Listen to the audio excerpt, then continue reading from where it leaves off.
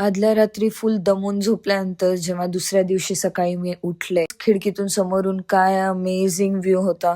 जो काही फॉग होता आदल्या दिवशी तो सगळा निघून गेला होता. पूरा फॉग हट गया था और सब कुछ क्लियर दिख रहा था और इतने अमेझिंग नजारे थे.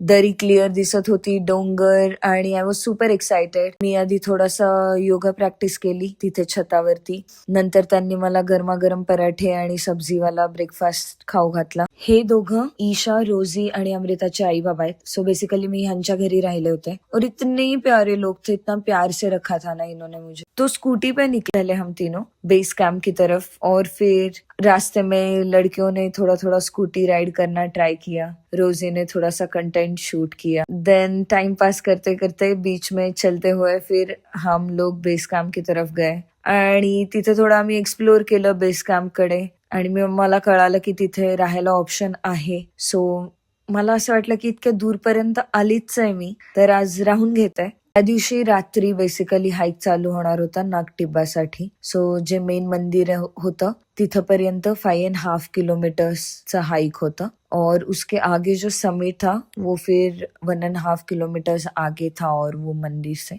और वहां पे भी मॉडरेट लेवल का थोड़ा सा टुवर्ड्स द समिट वाला वो ट्रेक होने वाला था. That's what I heard. So I was ready for it. और पहले रात जो बारिश हुई थी उसकी वजह से वहां पे ऊपर की तरफ स्नोफॉल हुआ था.